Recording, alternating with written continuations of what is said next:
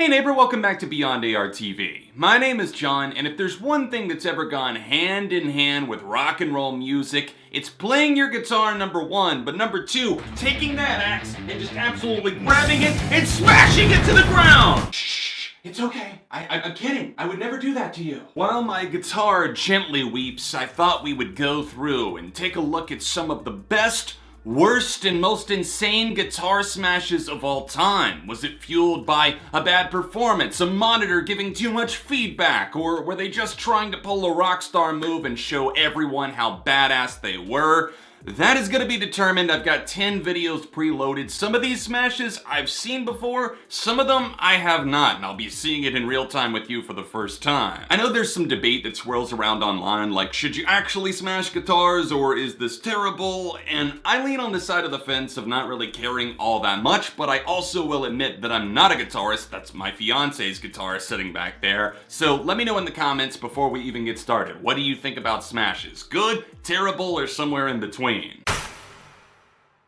Okay, so this first one I haven't actually seen before. This is Win Butler from Arcade Fire, apparently smashing his guitar at Saturday Night Live. This was back in 2007, so let's hit play and see why he was so frustrated.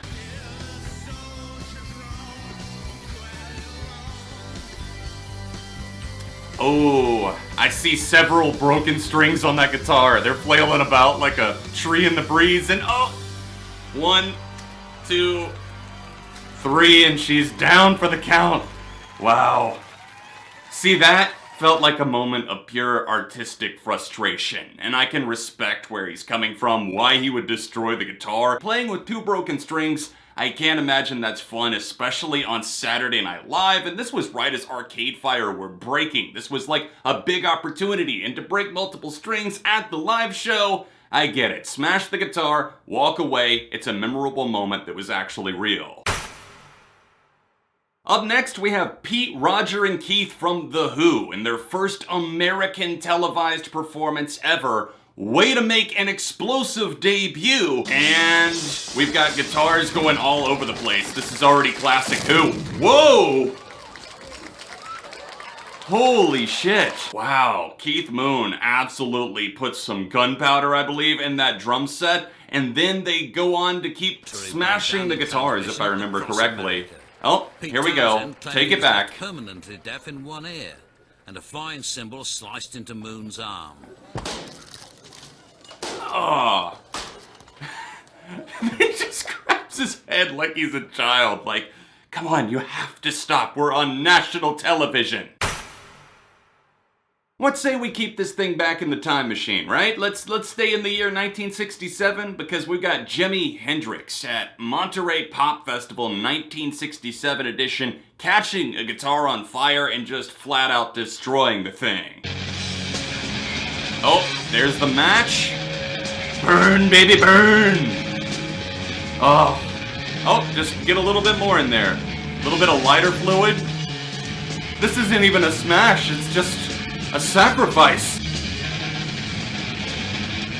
Jesus Christ.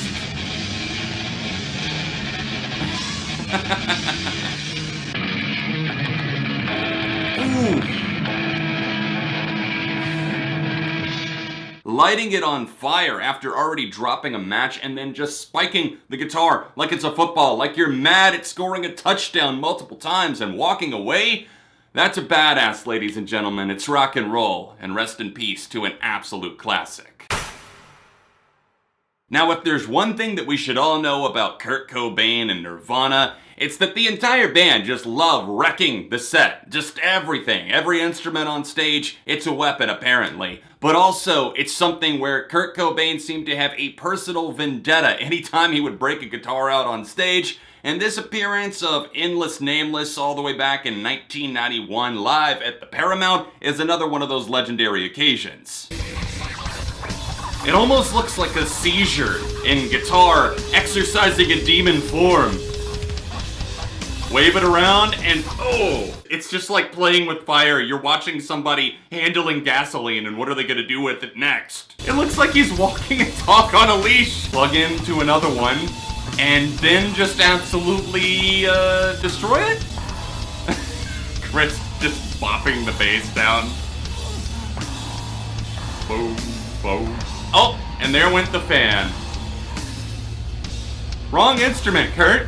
I mean, I'm a fan, but that's also a fan. Finally, here comes the launch for 3.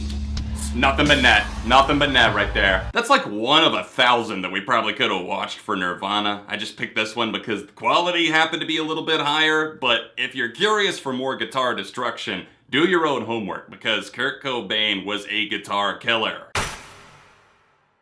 Let's get back into the modern age for a minute because guitar destruction still happens to this day, maybe not quite as frequently or in the same mannerisms, but it's not a dead art form. Let's see how Pierce the Veil did because I've never seen this clip before. This is definitely something to get the crowd going, which is... Ooh. Not broken yet. Still not broken. Throw it up in the air and boom. Well, it kind of broke. Not entirely. Crowd look. Oh, yeah, it is. Okay, so it kind of split in half. Just absolute silence after that. I love that. Just nobody knows what to do right at the end. Gotta say, that one kind of falls a little bit on the side of cringe because it's like clearly like putting an ear to the crowd like, I can't hear you. You want me to take this guitar and smash it into the ground? Yeah, you'd like that, wouldn't you? Even guitar gods are known to smash their equipment sometimes. The ones that respect the axe the most are willing to throw it down. Rest in peace, Eddie Van Halen of Van Halen. At the time, though, this was Van Hagar. It was at one of Eddie's low points in life, battling alcoholism. From what I can tell, he was intoxicated at the time of this happening. It was the final show all the way back in 2004. Apologies for the low quality, but that's pretty much all that's out there. I am gonna have to turn that sound down, wow. Winds it up and throws it back. That's it. He looks like he was so done at that point too. Let's see that intro one more time. Just boom, and toss it to the side. That wasn't even to the side, that was over the back, pretty impressive. Time to break out that new stuff right here. We have Phoebe Bridgers on Saturday Night Live destroying a guitar, and we'll talk more about it after we watch it, but I've got a few little red flags around this one. Legendary song. I know the end is amazing, but those sparks right there, don't believe that's real at all. Boom, boom, and done. Badass? Yeah, but at the same time, I know that this was pre-planned, and that kind of low-key ruins it for me. Phoebe was talking about dress rehearsals with SNL and how they made her do it once and run through the entire thing, and they basically decided that that would be the thing that she would do, like smash the guitar at the end, and they would even make it spark. So while I appreciate the badass sentiment, and I do think that that was a very emotionally exhausting moment for Phoebe, that song is immaculate. I love it so much, and I really enjoyed this performance. It just kind of dupes me out a little bit. I don't know how to feel, so I feel weird and turn the question to you guys. How did you feel about it? Because I like it, but I also don't like the fact that it was pre-planned and the fact that the sparks were fake. In some alternate universe, I had seen this next clip before now, but to be honest, I haven't actually seen it before. It's Prince and his band playing Bambi on Jimi, Fallon, all the way back in 2013, another legend that we've lost, and I didn't know about any guitar destruction that happened on a late night show, so this could be interesting. Ride it out at the end? Man. Hell of an entertainer. Oh! Whoa! Let's just...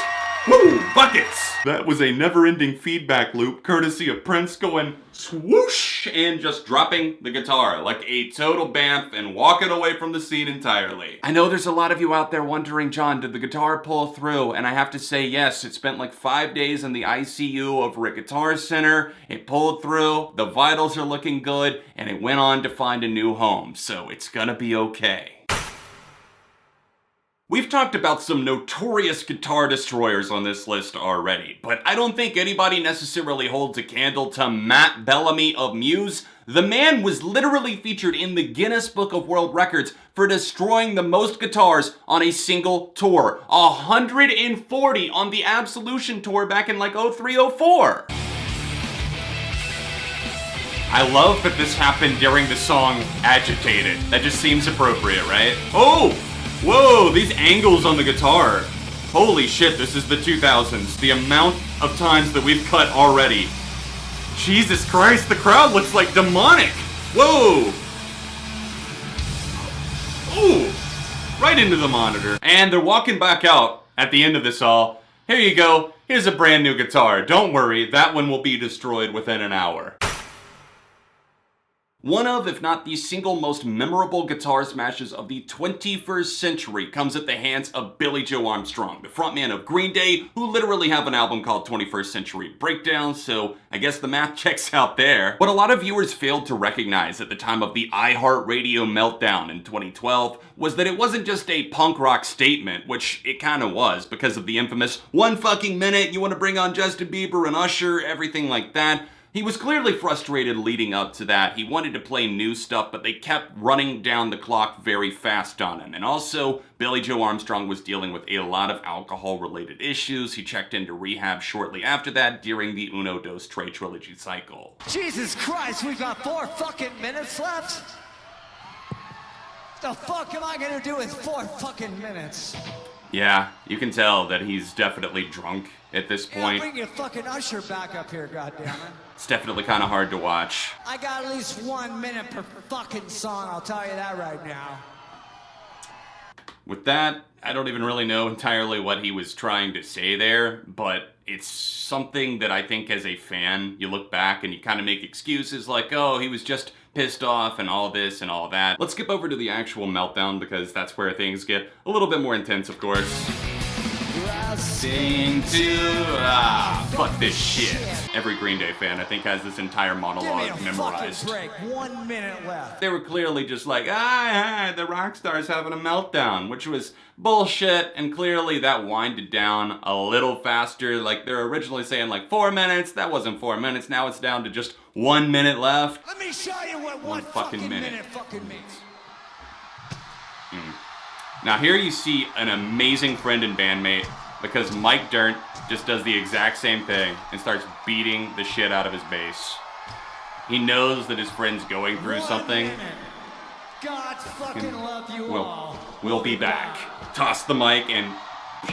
Had to end on that note because it just kind of gives you the feeling of like, yeah, that was badass, and it kind of sent a statement, and obviously they've been back to the iHeartRadio Festival since then, and there were no broken guitars that time, at least not that I remember. But it was a moment and a turning point in Green Day that I think all of the fans will never forget, for better or for worse.